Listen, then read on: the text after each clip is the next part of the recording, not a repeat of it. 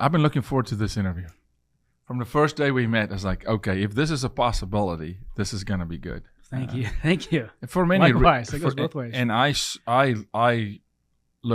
got to serve in my country, but I love people who serve their nation and then serve causes, right? But you've done all of it.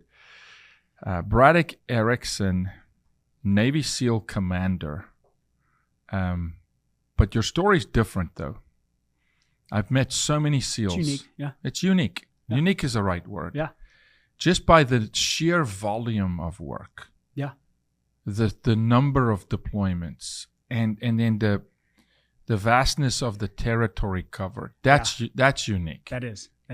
And I've met so many. I've got great, amazing SEAL buddies, and they're amazing. And other, all branches of government, from Delta to whatever. And then, heck, we even work with, the IDF in Israel. But your experiences was so unique because it struck home for me because you actually spent time in Africa. Yeah. And of course, I'm from South Africa. Absolutely. And then, we fight sex trafficking and human trafficking, and you had direct experience in direct witness of that. So it was a unique, for me, your background's unique. Yeah. Being a SEAL, such kudos and respect, but then there's this other nuance. So I want to back up, way up. Okay. Young boy, 13 years old. What was world like for you? Gosh, 13 years old. Can't be that long ago. No. Funny enough, that's actually a pretty good age. I think that's how old I was when how old I was when the towers fell. And I think even before then, I think when I was 8 years old was when, personally, I think there was this divine call in my life, knowing that I'm going to be a Navy SEAL. And there wasn't anything. It was that early. There wasn't anything that, and there wasn't anything I didn't see kind of like the Charlie Sheen films or anything like that, or before that. I did afterwards, but at some point, for whatever reason, you grow up in Chicago, which is where I'm from, in northern Michigan, where my mom's family's from. We have a big family. We always grew up we had a farm there and grew up just How many around. siblings?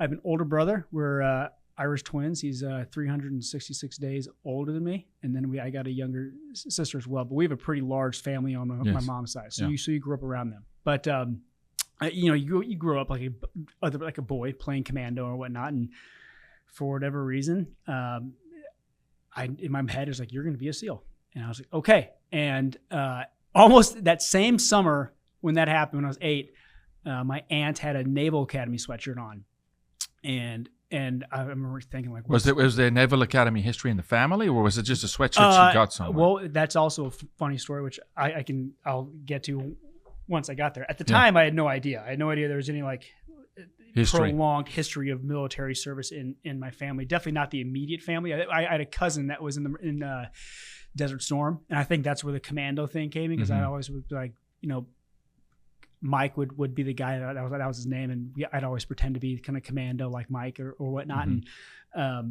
anyway, I was like, hey, I'd always heard your college choice is really tough, and so I wanted to be a SEAL, and I saw Naval Academy. I was like, well, that's easy, I'll go there. And I was 8, right? And I had no idea they were linked.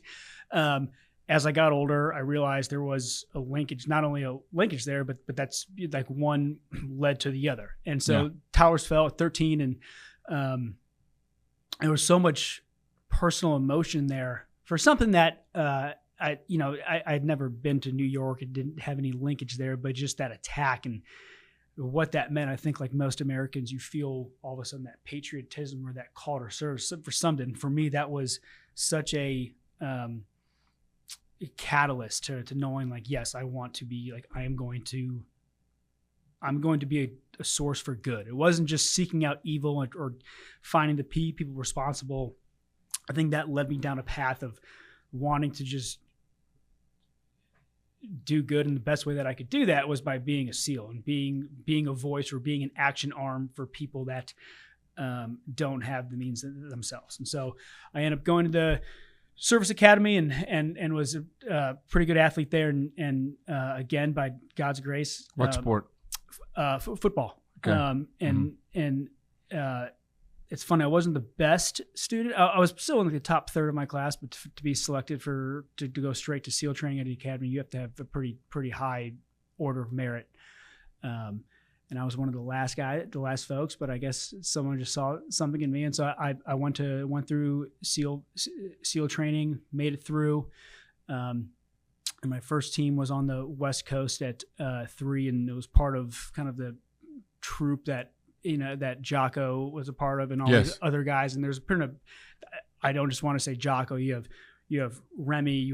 There's just so many other people through this one troop who had such good leaders and people. And I think what was so great was that culture they created has just sustained. Funny enough, at that point, and then at 3, deployed to Afghanistan a couple of times, which was just your immediate combat zones. So what year is that? What year are you deployed to Afghanistan? This is twice, 2012 and 2014. Okay, you're deployed. 2 kind of successive ones, and almost my first deployment was more so, I'm a young officer, they just wanted me to learn something, because I went out there and I took Pashtun as a language, and I'm like, well, let's just bring you out to this headquarters so you can just more or less do like computer work while everyone else is getting operations, and you can figure it out. Again, I was brand new. These guys I met them out on deployment within 2 weeks, and it was actually 3 days ago, or what is it, the 18th, the 19th? Yeah. 18th. So 2 days ago was the 10-year anniversary of a helo crash that killed 2 of my mentors or friends, if you will, Pat Feeks and Dave Warson from 3, and they were in the platoon that I was going to go to. And I had Pat's sister was one of my classmates at the academy, and Dave was just a homeboy from kind of the same area. And that was the first week I was out there. And so it became very like the whole "this is real" hit me reality. Really hard. Reality it became reality, because you go Yeah. and you train, but I mean, Still, it's not the within same. the first week, like holy crap, like this is it. Like this, actions have real consequences. Yeah. So 2 deployments, and both of them were to Eastern Afghanistan. The second one, I had now been at the team for a while, and it was a full combat. It was a full 7 months. The other one was 3, because I met him out there. Went from Team 3, Afghanistan deployment, to a special boat unit in Mississippi, and deployed to, supposed to go to Colombia 3 weeks before deploying to Colombia. All my gear's already shipped out. They forget to fill a void in West Africa, in Nigeria. And I went kicking and screaming, because it was like, you're pulling me away from my entire troop, all my guys. Yeah. And I think I just didn't, at that, you almost had this self-pity for a second there. And then once I got there, I was like, all right, you're here. What am I going to do?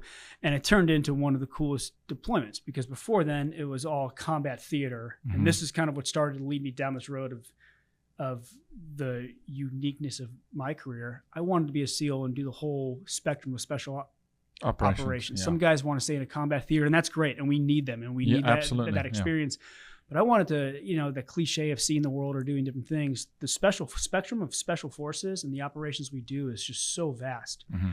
I wanted to see what there was, just this need for, whether it's adventure or just to see something else. And so what was different about West Africa, it's not a declared theater of war, but as you know, the Lake Chad area and all the insurgents around there, Boko Haram, ISIS, it's war. It's pretty gnarly. And then you also have the southeast portion with the Delta, which is not, they're just these gangs, and they're transnational criminal organizations, more or less. And so, but savage. Oh yeah, very much so. And what was really neat, again, I went kicking and screaming, and as it turned out, it was one of the coolest deployments, because I had a small cell of ourselves, our other government counterparts, and then our UK and French counterparts for each of our sides. And there was a faction of probably about 10 of us. Yeah. And our main goal was find the Chibok schoolgirls who were kidnapped. At this point, it was 2.5 years prior. Find them, and with that, you're going to find the leader of Boko Haram as well, and kill him too, and also find a way to slowly disperse Boko Haram and ISIS as well. And so using it just really forced your mind to think outside the box, because you couldn't say like, here's the mission that I want to go do. It's you have to work with the State Department, and you have to work with all these people, and you have to get them on board. And politics is just now it's transnational, and it's a multi-country effort. And within 10 guys, you've got multiple nations represented. And going down there and in that rabbit hole, finding, okay, how do we solve this problem?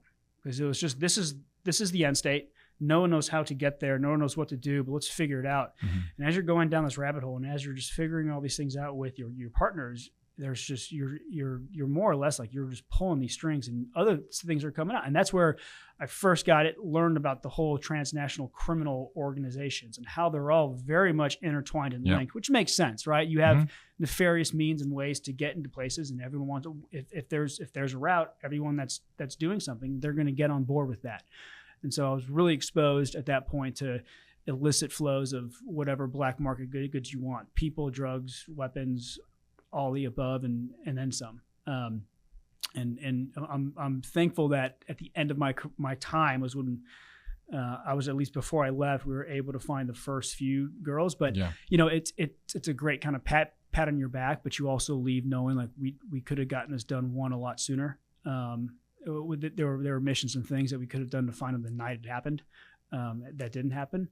And you also wish there's so much more that we can do. There's so much more that people can do. But I think, just before we go to break here, I think, that, and what I'm going to get to here is the same mentality that drives a prime athlete, drives a SEAL or a Green Beret, or look, no disrespect to any law enforcement, sheriff's department. Is that competitive internal spirit to say, we got to go do good. And regardless of what you do, I think we always look back and go, man, we could have done more. Yeah. I just never met a guy who go, yep, no, we did everything and perfectly. We maybe have done everything we could in the moment, but when we look back, we go, okay, that next time maybe a little different, where we could have done more. You always want to improve. Yeah. And you always want to find that way to just get. But I think that's a part of the selection process too, right? Early on is to find those individuals that just won't give up off a mission and won't rest on a victory and go, well, at least, no, let's keep pursuing excellence, and let's go after it. I want to dive into that a little bit right after this quick break. Guys, look, Patriot Mobile is the only Christian conservative cell phone provider in the country. We would argue the only cell phone provider that doesn't repurpose your money and fund things like Planned Parenthood. So why don't you give Patriot Mobile a call, 972-PATRIOT. They stand with your values, your Judeo-Christian values, your patriotic values of being a kind, loving American. They're going to give you great service, great cell phone service, and great customer service. If you're a vet, like one sitting with me, they're going to especially take good care of you. Dial 972-PATRIOT, mention the bottom line, you get free activation, or just go to the website and mention the bottom line. Thank you so much to Glenn and his boys at Patriot Mobile for how you help us fight trafficking and how you help us on the border, which we are going to talk about here in a minute. I think that's, that competitive, that 8-year-old boy, and so often things like that. And the reason I asked you about 13 is I've kind of now in life, and I've met literally millions of people in person, gotten to the point where I draw a line at that 13-year-old marker for boys. Something happened right before or in that timeline where some critical decisions are made. Sometimes it's lies. Sometimes that's where they get broken. Mm-hmm. But for you, it's like, no, I'm going to be a SEAL. And it's a calling, man. This is not something you just do because it's super difficult. And again, not to say someone that doesn't make it, into the SEALs, but there is a insane selection process. I think people have watched the videos of the physicality of it and what guys go through and sleep deprivation and all that stuff. Just talk to me a little bit about mentally what happens to you as a human being. And I know, and I've experienced a lot of it, but where you get pushed to, you almost like you meet yourself and you go, oh, I thought I knew who I was, but it pushes you. Someone told me this right before I came in to or started Buds, and I think it's very much true. Physically, most people going through, even the guys that quit, there are some studs that just, in the perfect environment, they can get it done. But the whole point is, like, there's chaos. Things aren't perfect. When you're in the mountain of Afghanistan, things aren't perfect. When you're in sub-Saharan Africa and it's hot out, or you're in just slush trying to get through, like, you have to figure a way. When you're in, Southeast Asia going through, or wherever it may be, there's no perfect environment. So how are you going to respond? And with that, Buds pushes you to a point where you thought, like, I can't go past this point. Like, I'm dead at this point. Like, I can't go further than that. And it shatters that. Like, you go through and you shatter it to a point where you think, okay, maybe this is it. And it just shatters that. And you just keep going till it truly gets to a point where you're like, I'm going to go until I'm completely, like, my body gives out. And they do a very good job of bringing you, or at least seeing potentially, like, I think that might be it. But just like every other instance, you might shatter through that. And with that, it puts in your mind that, I think there's this mindset that gets triggered where you just forget about it. You're like, I'm just going to keep on going, whether that's there or not. I'm not going to worry about it. I'm just going to push myself to get through there. Not only whether it's for yourself, whether it's for your brothers, and most often I think that's the case. That's the case. And I want to get to that, because I think you get to a point, not to interrupt you, where it's self. And in my case, it's been in trial. It's self, and then you get to a point where it's no longer self. Mm-hmm. And I think there, if guys can flip that switch, even in life, and we're going to get to Christianity here in a minute, even just in mission, in having an objective, the second I see guys flip the switch from, it's no longer about me or for me or my limitations, it's now for these other guys. It's about the mission. Right? And for the mission, that's when I see people able to break, shatter, or not. Absolutely. Can't, and that's almost like it's a switch. It's certainly a switch, and it's just whatever motivates you, mm-hmm. and it's very easy to, if it's for yourself, you're eventually people will eventually be like, I'm good, right? But if it's for others, complacency will set at some point. You'll go, well, it's enough. You'll be able to convince yourself, like, I'm good. But when it's for someone else, you can't get that I'm good feeling. You are always going to push, and I saw that again, whether it's deploying to Afghanistan, West Africa. I did Southeast Asia, and my last stint was Latin America. And obviously what we'll probably talk about in a minute is the border and the flow of all that. But throughout all those mission sets and all these people, and everywhere I've been, I think what really struck a chord was,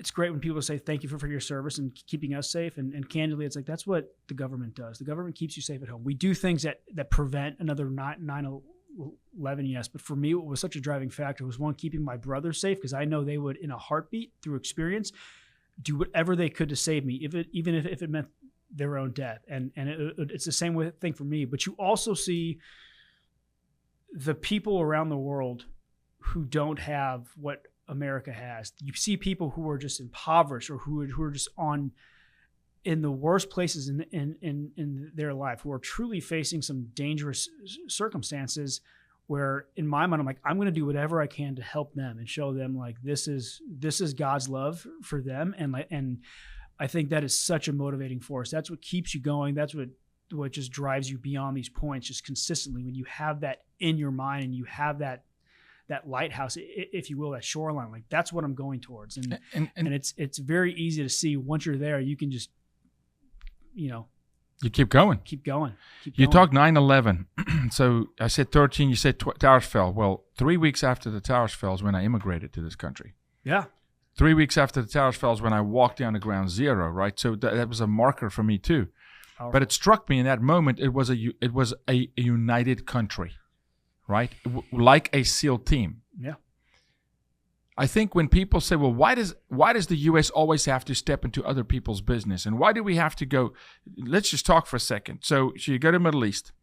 Middle East, you're supposed to go to South America. You end up in West Africa, which I don't know that people really understand. Africa is a different animal. It's, oh my gosh, is it ever? Is it ever? That place is. I'll tell you what. Of all the, Afghanistan is what everyone, the mud huts, just how far back they, just life is, right? Mm-hmm. But it all makes sense, because people act a certain way there because that's just all they have, right? And you're in this time warp, right? What was, again, everywhere that I've been, whether it's Southeast Asia, the Middle East, Latin America, Africa, hands down, Africa, I just couldn't comprehend. And I would even ask our locals, like our local counterparts, you all have first world amenities, Nigeria specifically, you have all these things. Yes. But there's just so much conflicting just logic in my head. And I was like, what? I don't get it. And every response was, they were like, you're going to drive yourself insane if you think about it. And they would just say like, hey, culturally, this is Africa. This is Africa. That's, you just said it. And you TIA, know that. This is Africa, man. I'm just glad he said it. So few people know it. TIA. Yeah. This is Africa. And it's like, well, how do you, just TIA, man. There's no explanation because you got extreme wealth and first world amenities and crazy resources, gold, copper, heck, anything, uranium, anything. It's just under the ground. And then you've got this weird dynamic of just the worst poverty, the worst corruption, debaucherous conditions, from cannibalism to witchcraft and it's just, it blows your mind. And I grew up in that. And I tell people particularly America, it takes you aback because you can't figure it out. In the Middle East, you can go, okay, this is it. There's sand and desert and you can rationalize it where they've come to how a they degree, got there. but you can't do that in Africa. No. It's and it was so apparent on because we would work with the actual Nigerian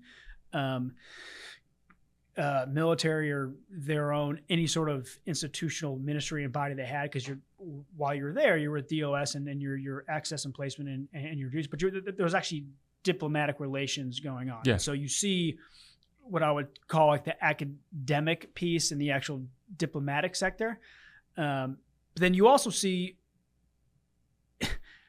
inherent corruption that goes with that, where they're just saying what they need you to say, and it's a politics, and it's not just central to Africa. I mean, that's just the world, right? But when you're diving into this and when you're in these meetings with, the leaders of these nations, and they're saying things like bring back our girls, do all this stuff. But then I was like, I was just in the Northeast a week ago, and all that money that was being funneled, I just saw your commanders or whoever it was. I saw the Nigerian government. And again, it's not just Nigeria. It's ever just the corruption of them funneling and taking into, hey, let's just prolong this because we're all making money off it. Yeah. And that's also then because of that, you saw the nefarious networks going through there, because that just creates like a market, right? Absolutely. For these a trade route, formal places and trade routes, and you know where consumers are going to be to sell, and then it makes it super easy to go from Latin America to West Africa up to Europe or anywhere else, and it just flows, and everyone's getting paid off for all these different things, and it was just it was certainly the first kind of like dive into the deep end of seeing how kind of life's all around us, and you're just picturing a certain way, but I feel like there's this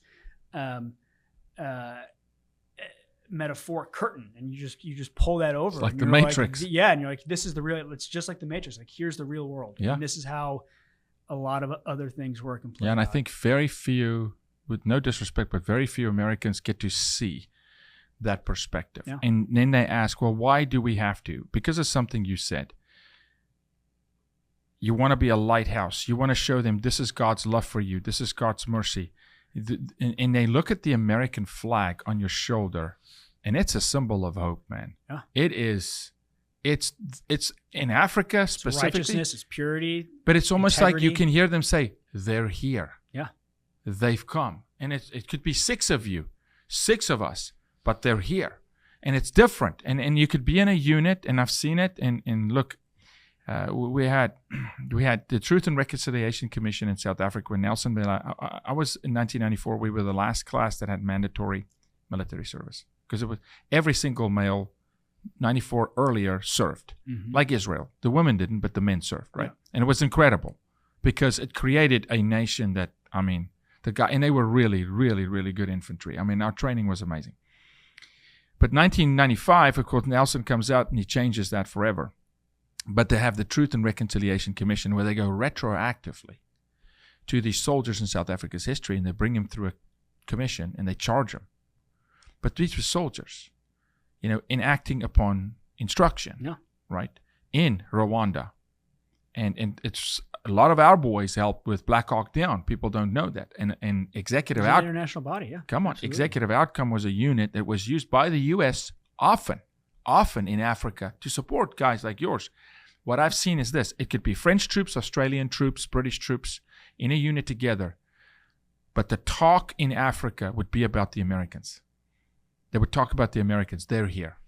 Like they see the French, no disrespect, but they would that flag, man. When they see that flag, it's like hope rises.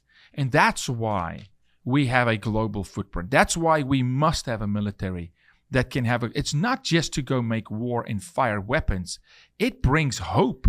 When Absolutely. You see that camo, that uniform, or that flag on the shoulder or on the helmet, it just does something to a people. Right. They flock, They flock to them. Did you see any of that in Asia? What was the Asian experience like? Because that's also a completely different culture. Oh, man. East. Yeah. So that, it's just, it's such a mass. So I went, my Asian experience, the majority of it was focused in Thailand, but you still went to encompass the Philippines. We did a little bit of work in Australia and Papua New Guinea, and those cultures are just, I mean, you have to fly like 12 hours just to get to each spot. So they're different, but I think you would still see in certain areas, they still saw that. They saw what you represented, that there was some, and that's what's kind of one common thread amongst kind of the world of where I've been was how they saw Americans. For better or worse, they either, to your point, they either saw us and said that they saw the righteousness that we represented and they wanted to believe in it. Some had been jaded by it and wanted to believe it. And they had just been duped in the past for whatever political reasons. Because again, we're told to do something and we either sometimes we have to follow it, which is its own thing. But, the Asian crowd saw a lot of the same things, and they also, I would say, what was different though about Asia vice Africa and the Middle East was, I think whether it's a cultural thing, was their ability, or at least with their military forces, they're wanting to adopt what we had. They're like, hey, truly teach us this stuff and show us how to do better. But I think that's inherent to their culture. It's a hunger to learn. Though. But what was also really different in Thailand specifically, there's also a very just being exposed to this. It's a sinful I mean, like you go to Pattaya, you go to these red light districts, and you can see whatever you want. Immorality is loose. And so it's this weird dynamic and this weird culture of, again, that righteousness, that integrity of what I would call like strong values, strong Judeo-Christian values, even though it's there's not a lot of Christians there by any means, but it's this struggle of, and you can see it being phased out with just this kind of grotesque kind of no holds bar, and a lot of folks would go there. And that was the other piece. Depending upon where you went to there, people would look at you as American and be like, oh, are you here to go to Pattaya? And you're like, no. Because of the tour, because the sex tourism. Everyone knows what they fly in for the sex and fly out. It's like what happens in Vegas stays in Vegas, right? But what was neat was once they realized who we were and why we were there, I think there was an attitude that switched. Because at first, like, oh, you're just part of that crowd. You're part of this and part of this crowd. And like, oh no, you're here to help us, or you're here to do some really great things, and you'd get a lot of people to open up a lot more. Or they would just become so much more hospitable. Not to say that they weren't initially, but I think it's a different environment. They are a more closed-off society to outsiders, where Africa is. I mean, look, an African kid, it's the greatest smiles you've ever seen in your life. Right, right? Pure joy. Just ear to ear, joy, and they have nothing. Joy. They have nothing. No food, can't eat. They have nothing, but it's just, I mean, it's just a complete, it steals your heart. It rips you to shreds. It does. So now you're making your way back. Now, how many years are you in at this point? At this point, I'm. This is about 9 years in, so I'm about four deployments in, 4 or 5. Okay, and you make your way now back to the South America. Correct. Ultimately into our neighbor. That was pretty much the last stint because did Afghanistan, Africa, and in between Africa and Southeast Asia, I actually did something in Yemen as well, and then Southeast Asia, which again, that whole thing was you're just competing against our economic competitor in the area, and you're trying to figure out how. And then there's some of the objectives that you can't share, but some of the objectives of some of these deployments, I think it's pretty well documented what the objective was in the Middle East. Yeah. Look, they attacked us. We got to find them. We got the deck of cards, and let's just start knocking these guys off and dispersed, Al Qaeda and do that. What were some of the objectives in Africa? Boko Haram, find the girls, intelligence, diplomatic. What was the objective in Asia? The objective in Asia was a lot of what we'll call operational prep of the environment, OPEs. Yeah. It's such a massive area, and there's so many unknowns. You're gathering intelligence, and I don't want to use that in like the wrong sense, but you have to understand where you could be operating or things you could be doing, and at the same that's the overall picture. So just in case, I think there was a bombing in it's preventative to a degree. Yeah, but and so you're doing that's your main kind of the main focus, and you're also a deploy for purpose. So you're going around the area, contingency planning, saying, hey, if we have to do mission X, let's do some practice runs and drills. Work with our partner forces because now that we're in the time frame where you're never going to be doing it alone. You're going to be working in partner force. So you're training them. You're kind of showing, and you're also getting them, especially in this area, to be like, we want to work with the Americans. We don't want to work with the others, Russians, Chinese, whoever. Mm-hmm. Let's work with the Americans. You kind of win that support. And at the same time, when you're in these areas, other groups say, hey, while you're here, we have some things that we want you to do as well. But see what you're saying, and this is what I want to get out of this, because ultimately through this episode, where I want to land the plane is why America is so special. Because I've traveled the world, I've lived on so many different continents, and you've traveled, you've done operations. Why America is special, but why it's so important for us to be proactive with the military. It's not just about wartime, and that's why I brought up Asia. It is about the preparation, understanding the enemy. Who are they? How would they operate? What would we do if? And you start playing these game scenarios. No different than football. No different than sitting in the wide receiver room or the lineman room and say, what do we do if they go play action on us? Now that even in the civilian world, just from other pieces as well. Yeah.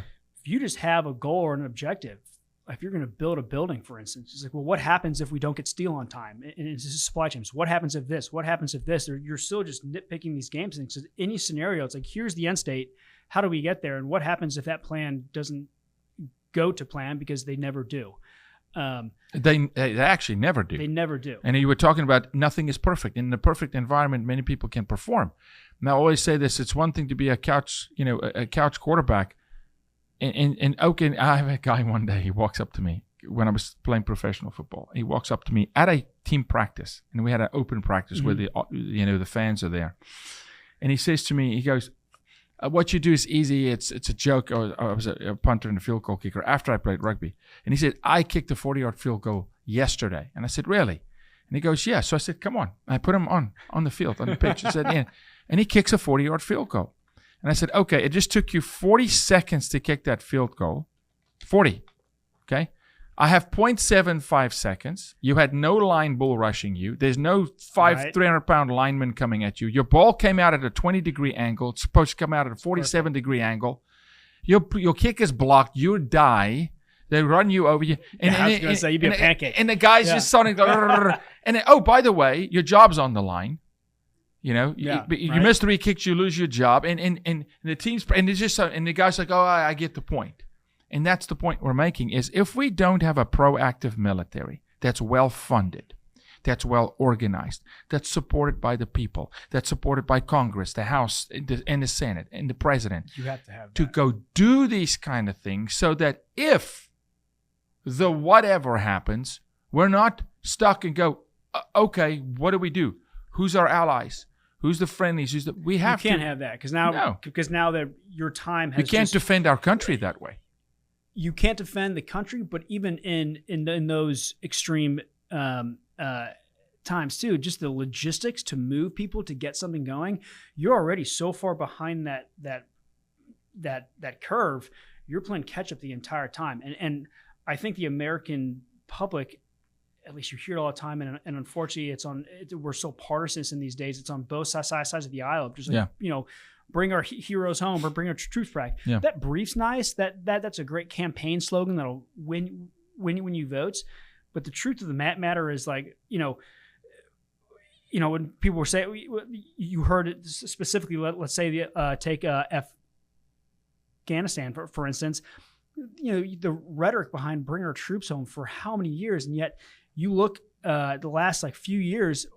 The amount of people we lost was minuscule. I think we lost maybe like three folks after, and people were saying, well, then what did we gain by doing that? And you're like, your presence for purpose prevented another 9/11 from happening. That's what we gained. We prevented another 9/11. What if you were to ask anyone in New York City, from anyone who lost somebody, hey, we're going to spend this amount of cash and this will never happen again?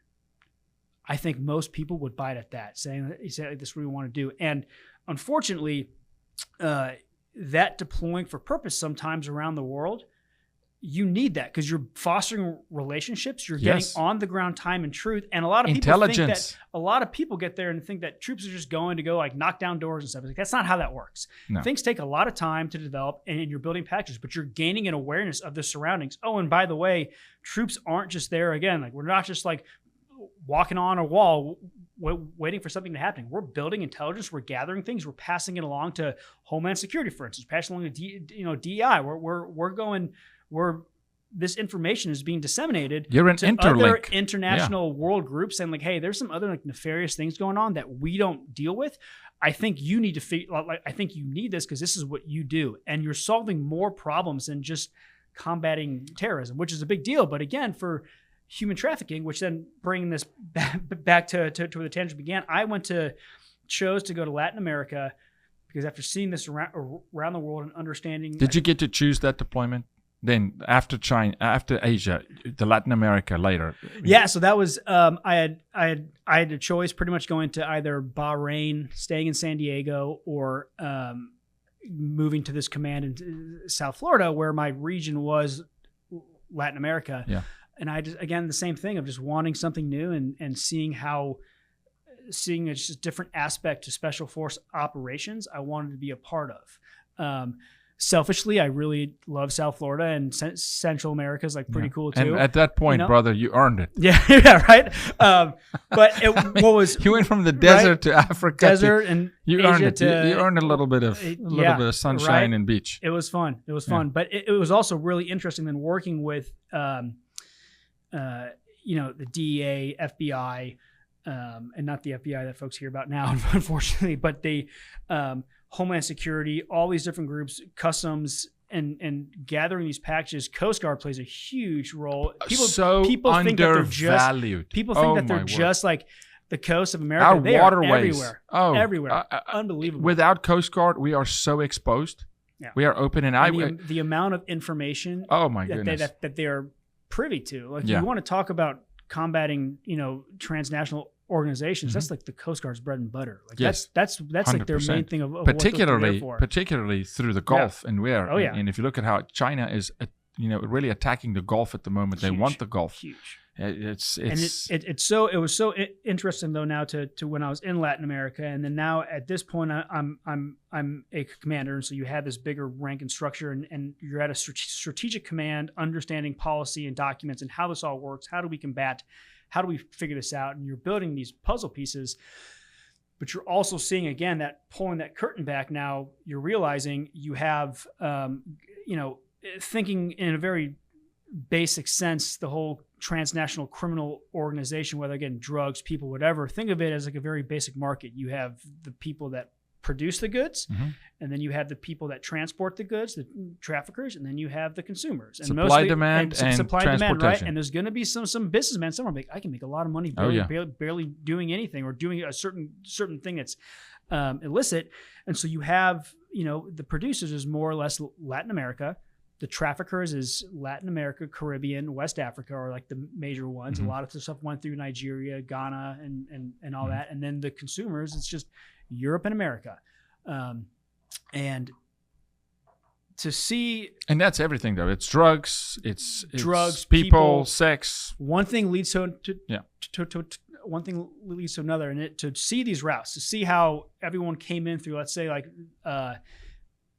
Venezuela. It's not a secret that a lot of people are flowing through Venezuela because just the black market and all these illicit means are there to operate, and it's really easy for them to operate, and they're getting fake passports or whatever. And the channels are set up. And I was about to say that. These channels could be literally just having a system where there's 4 or 5 guys within passport control. That's it. That look the other way. And that's a channel. That's it. And that channel will be utilized. And it spreads through the illicit community, and it's like, okay.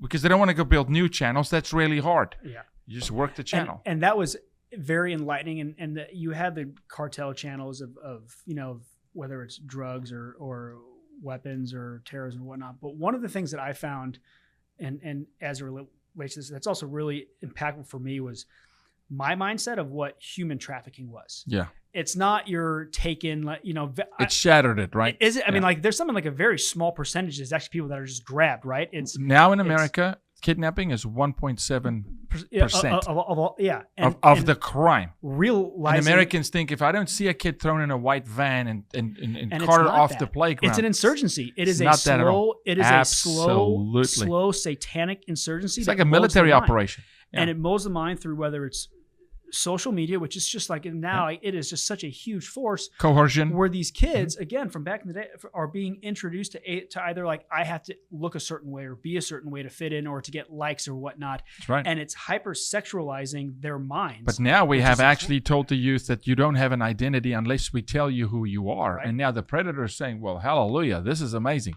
I want to give them an identity. Right. Well, what was that bill in California, like SB 143 or something, where you just open the gates, and that's just an example. You open these gates where you're allowing this like satanic filth to come in and infect their minds, and so all of a sudden, what God gave us that is sacred is now just as simple as like bartering money. Correct. And so you're slowly getting into this commodity, this route of like, well, I'll just sell myself, or I'll have someone. It's not a big deal, and it just they don't realize how far down this hole. And once you're there, it keeps on going. And with that, it's also just this mindset. And you saw it so often in Latin America. They weren't kidnapped, but sometimes it was either that trafficking route. People were like, "This is just what I'm doing now," and it was just completely okay, or the ones that were really that definitely like struck a chord with the people that truly wanted help or needed help. I don't know if asylum is technically the right term. Like they didn't fit that requirement, but they wanted a better life for themselves. And with that, though, you find those people saying like, I need that better life. I'm going to go dive into this or do this to help. But they don't understand, like once you're in that, it's hard to get out. It's a dark world. How long was your run in that time? So that was about 2.5, 3 years. And as opposed to these deployments that you do, where you typically do like a 1.5 year workup and deploy for 6 to 8 months. This was unique and different in that, as opposed to going out and deploying there for 6 months, that was 2.5 years. And I would go 1 or 2 weeks on, 2 weeks back home, and just go back and forth. And you're working with your agencies and your embassies and everything else in the area, and also your host nation equivalents. So much of this is diplomatic work too. Huge. It's not just laying on your gun and walking around. But this is incredible amount. That was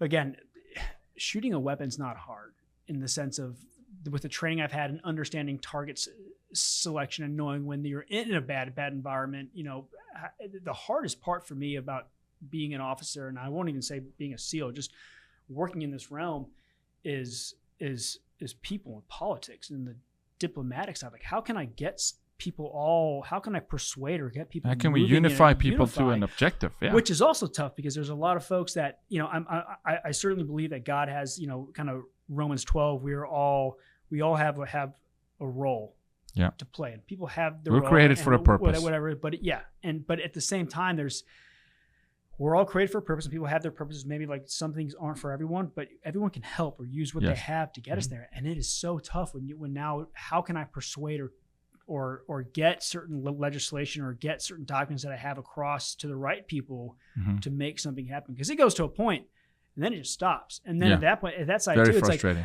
Like, and going back to where going back to what we talked about earlier, like your mindset, it's like, yes, we moved this thing forward, but it didn't get done of what I want it to be. Like, correct. How can I? And especially when you know that in Africa this happens often, that you have a solution. There is a solution. Yeah. There's a way to fix this, and you can't get people to lay self down, and it's always a selfish motive. Lay self down and do the right thing. With all that experience, I do want to transition into. Again, I'm from South Africa. I had this conversation with some of I'll be there next month, and I'll visit with some of the guys. Yeah. And we haven't had borders for a long time. Yeah. I would argue since 1995. And we've got multiple nations that border South Africa. And then we've got a continent of many nations. And if you start talking Central Africa, and you talk about... They're all different. And you talk about radicalized Islam, and all different, and all of them flow south because South Africa is the land of milk and honey. It's a first world nation. People want to eat. They want jobs. Mm-hmm. And we have no borders, and it's just anarchy. What happens when we do not have secure standard protocol and policy that secure our southern border? You have what is happening today. You have what is not only in America, where you have this flow of people, which I'll get to. You have what's happening in Africa, which you can just from history, if you were to have like a timeline picture of saying like this, how if you look at where illicit terrorists or whatever you want to, you can see it flowing from the top to Sub-Saharan Nigeria, down to DR Congo, down to Mozambique now and Kenya, and like you said, there's a flow there. You see the same thing happening. When you don't have secure borders, the same thing with, these terrorist fighters from Afghanistan. Again, you can see the flow going through Thailand, Malaysia, the Philippines. And once again, there was 16 bombings, I think last night or 2 nights ago in southern Thailand. People don't talk about that. That is a massive...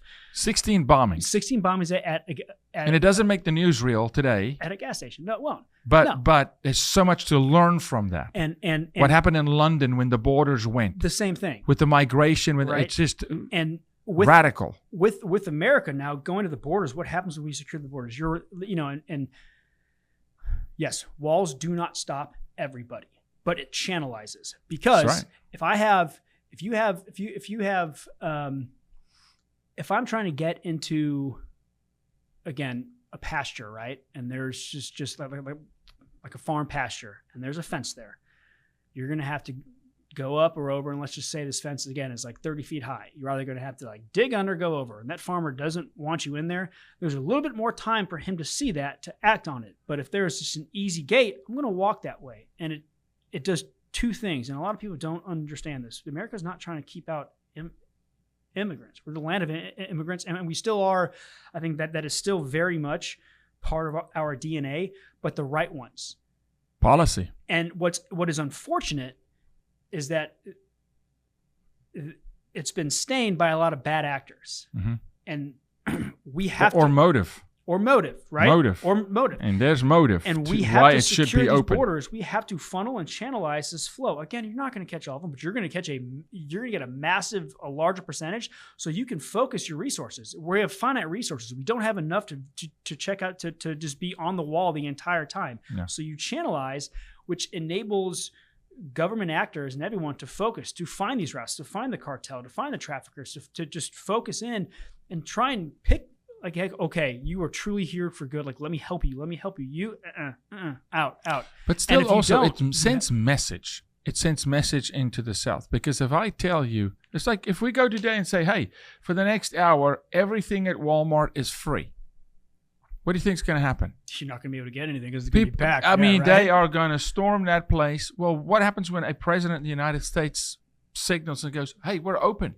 Come. We're going to take care of the world's children. They're going to come. They're going to come. Right. And what Americans don't realize mostly is we got 1,941 miles of Mexico border with Texas alone. Infinitely more than California and Arizona. They split 700 and 300 miles. This is nothing. It's all private land, too. 80% of it is private property in Texas. And right now, Border Patrol is not patrolling any private property. You're allowed to. So if you're a terrorist cell, you don't cross at the Del Rio Bridge. Yeah, right? Right, where there's legal crossings, in which they show on television. No, you cross on the 20,000-acre watermelon farm in the middle of the night with 300 kids, like we discovered, in a watermelon pasture, and that's where they cross. And that is as open as can be. I mean, there's nothing. What sucks about that, too, is because you have kids crossing, and who knows what they've been used for, and it's so unfortunate, but they're discarded. If they're not there, like, I imagine if you found that many kids, I bet 10% or however probably were dead. There were probably like 10 or 5, 15, whatever, were just tossed aside. Like, hey, they didn't make it. People hear me, or they're weak. Whatever it was. Or I can't sell them, or they resist. Yep. They're cumbersome. I can't sell them in trafficking because I need someone. It's not worth it. It's a percentage for them too. Like I don't need all of them to get across. No. I just need this amount. Exactly. And they get paid or they get their. A predator will approach 100 kids a day. He needs one. It's sales 101. It's selling insurance. Hey, make 100 calls. 10 will return them. You close one guy. You make your quota. This is business 101. But you just said something that people know, and they've heard me say it a million times. It's so good to hear you say it. That night, this particular watermelon farm, Dan was there, our team was there. There's tracks. I see these tracks. And the owner of the 20,000-acre farm. How do you cover that? That's massive. She hadn't been on her farm in 7 months. They built a 5-acre perimeter fence around her house, and she only lives in those 5 acres. Basically discarded the rest and fear of the cartel. Yeah, right. Right? So we get her off the 5 acres for the first time in months, almost half a year. She gets in a pickup truck with us. We start driving her property, okay? And we're stopping at one point at the river, and there's clothes and children's, little girls' panties and blood, and it's just, and rape tree. And I'm looking, it's like a little mirage, and I'm going, what's that? And she goes, no. I said, no, I want to go there. And I saw these tracks. Footprints smaller than the palm of my hand. Okay, hundreds of them. Well, come to know, the night before, it's discovered 3 children who are at death's door out of 5. Number 4 is a 2-year-old, and the child, they're naked, discarded by the cartel on that farm. The child, this is not a show for kids. The child's being eaten by coyotes. Yeah. So they identified those children. They were a means to get across the border. They identify them as weak, and they go, you're no good to me. I can't sell you for sex tomorrow. And so the notion that our country is open. Look, I say this. You build a wall, and look, Trump's wall's a wall. I mean, it's a wall. That thing is a real wall. Okay? It is a wall. It's a wall, but you still need policy backing up the wall. Yeah. You still need to have a policy of you come to America, come legally. I'm an immigrant. It took me 15 years to become a citizen. 15 years, brother. My wife just became a citizen. She's from the UK originally. She moved here when she was 4 or 5. She's, it probably took her, so it was last year, 25 years. To become a citizen. 25 years. UK citizen.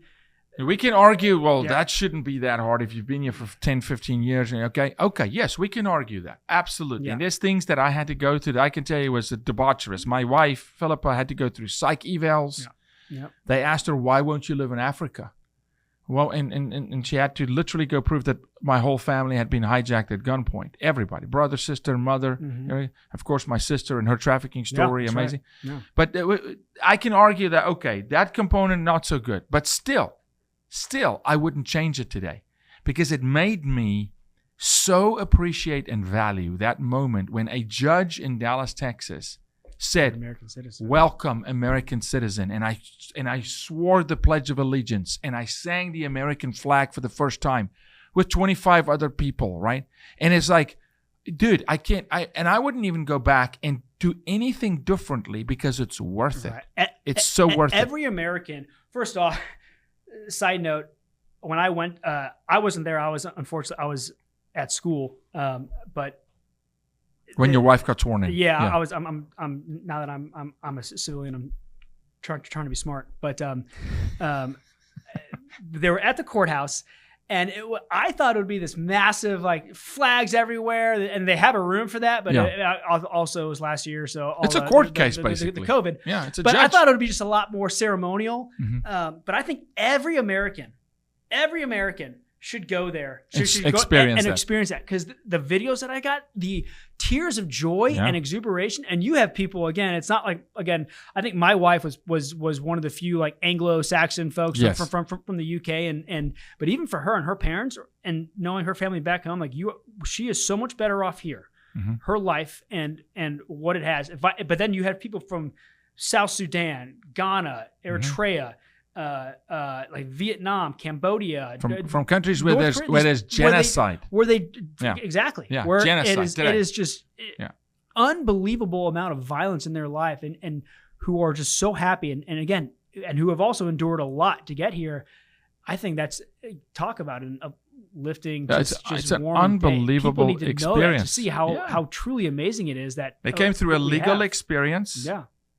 But on your journey, and your wife did too, to that legal experience, you write a citizenship exam, and I think many Americans today fail that exam. You'd fail. I actually took that exam to work, and was just asking folks, and it was horrendous how many people did not know some of the answers. For the record, I aced every question, but I better if I was an academy grad, right? Like, if I was in the military, I better know these questions. I would hope. I was also a political science major, so but for Americans who don't know, you're talking about branches of government, how the government operates. Something as simple as, like, how many senators do we have? Yeah, like like just they don't know. This is Fleckus, one of our friends, on social media the other day, was doing man on the street. He puts a helmet on and a workman's vest. I love those. Yeah. And he's asking, this is no joke, only Gen, he'd say, are you a Gen Zer? Yes, I'm a Gen Zer. Okay. So it's 25 and under. And he would say, how many stars are there in the American flag? And he would say 100 or 200. Right? And they would contemplate. And the girl would go, 200. Now it's 200. And I go, I'm 25 years old. And then he would say, did you go through school? They go, yeah. Did you graduate? Yeah. 200 stars?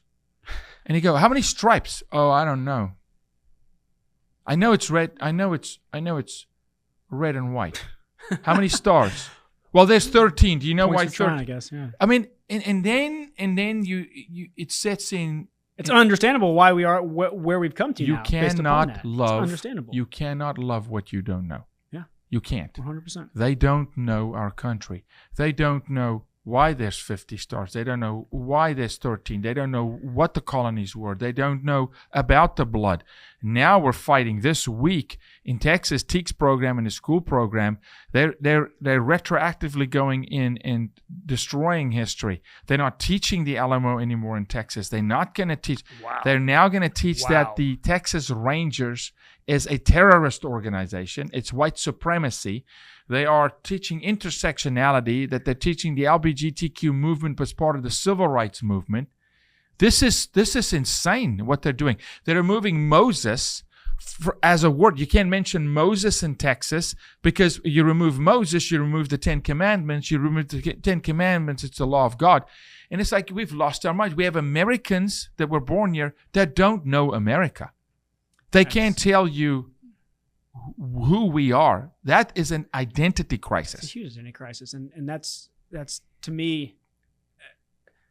That is why, and seeing that, and you kind of see that how that slope of why, to me, I'm like, I didn't fight for Americans. Yes, I fight because I love my country and what we represent, but I fought for people who were getting their citizenship, who just truly love this place and love what we represent, because they understand what they went through is what early Americans went through.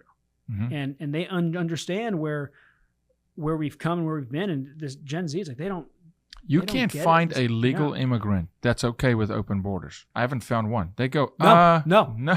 Sorry, right? No. Right. Now, big question. You may or may not be able to answer this, all right? And don't if you can't. But from the work you've done, the terror cells you've identified over your career, we now know, we have documented that we in our organization, and there's others that say differently, but we know that we've now documented over 181 nations of people that have crossed the southern border since this new administration's taken office. Okay, maybe more.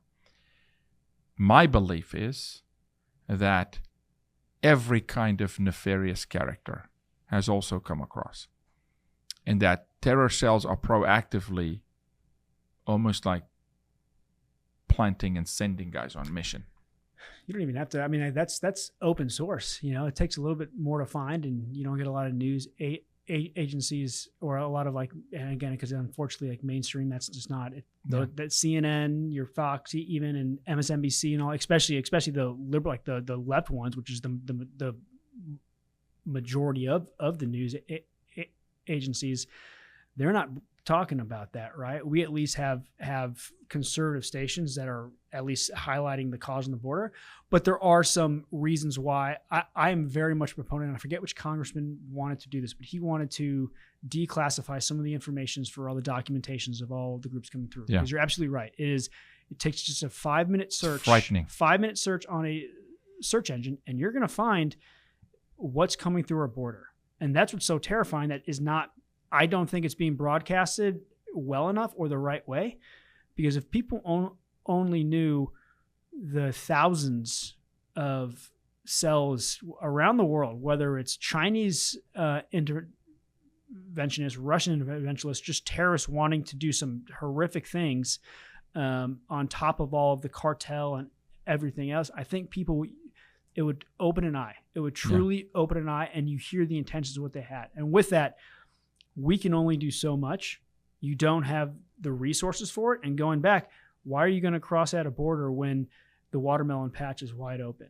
Correct. You know, all I got to do is walk through there. Oh, and by the way, some old lady farmer is not going to stop me. I've got a gun. I'm just going to shoot her. What they're doing now is they knock on the door of the house. We had ranchers. They go knock on the door 2:00 in the morning. 120. So cartel with 120 migrants and children knock on the door 2:00 in the morning and say, "Charge my cell phone, feed us, give us water." That guy's 85 years old with his wife. What are you going to do? You know? Yeah. And then I look at his son, and he goes, this is going to go down at some point. They're going to take the Second Amendment seriously and say, I got to defend my family. Yeah. This is not acceptable. I mean, the danger we're putting our American citizens in. But I believe that there's people entering this country and thousands have really, really bad. Beyond the human trafficking and the drugs and the fentanyl, I'm talking about terror cells that are setting up shop. Yeah. If we look at the young military-aged men, single men that are crossing,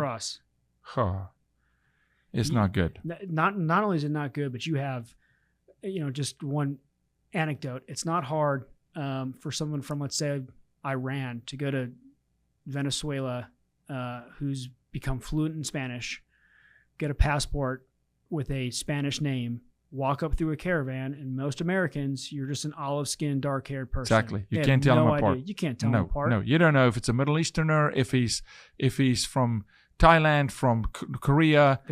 And the degree to which that's, I mean, we hit like 2 million border crossings this year alone, right? You throw out a small percentage. Let's just say like 1% of those folks are really, really bad, which is entirely not the case. But this is to make that case, 1%. The amount of damage that look at what 2 guys caused for 9/11. You just need one person to get a plane, or you need one person to get bombs, and it's not hard to understand how to make your Braddock, you don't even chemical weapons at home. You don't even need to learn how to make it here. Yeah. You can walk it across the border. We've got a water treaty with Texas at the moment. This is so egregious. I can't even look. I mean, if I go down this path, I'll just get violently angry.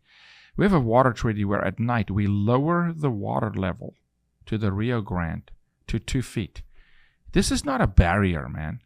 this is not the Mississippi that's hard to cross. I skip rocks from the U.S. into Mexico. Yeah. It's 50 yards. Yeah. People don't know. And the water level drops by 6 feet every night because of some water treaty. It's so easy to cross over multiple times. So no, it's dangerous. We have to be pro-military. And this is not pro-war. It's proactive military to fortify, to get the intelligence, to support our men and women, bring all our troops home, and now we're all home, and the enemy is planning like crazy, and we know nothing. Yep, and now they're on their way in. Like they're coming. Here. Yeah, they're edging. China is negotiating with the Dominican Republic. Jamaica, Belize, El Salvador to take the Gulf. Yeah. To set up shop in the Gulf. Yep. Bahamas. They'll have subs in the Gulf. Yeah. I mean, this is real, man. This is not. And where do we go? I mean, it's so. Look, for your work, I could talk to you for days and years. We'll do more. We'll have you back. But thank you for your service. Very unique journey. Likewise. Thank you for everything the fact that you understand human trafficking and how you support us in that, and you physically have done work to combat it for our nation and for other people, for all the men that served with you, for all those guys. Just God bless them all and their families. And now you're in the private sector. Yeah.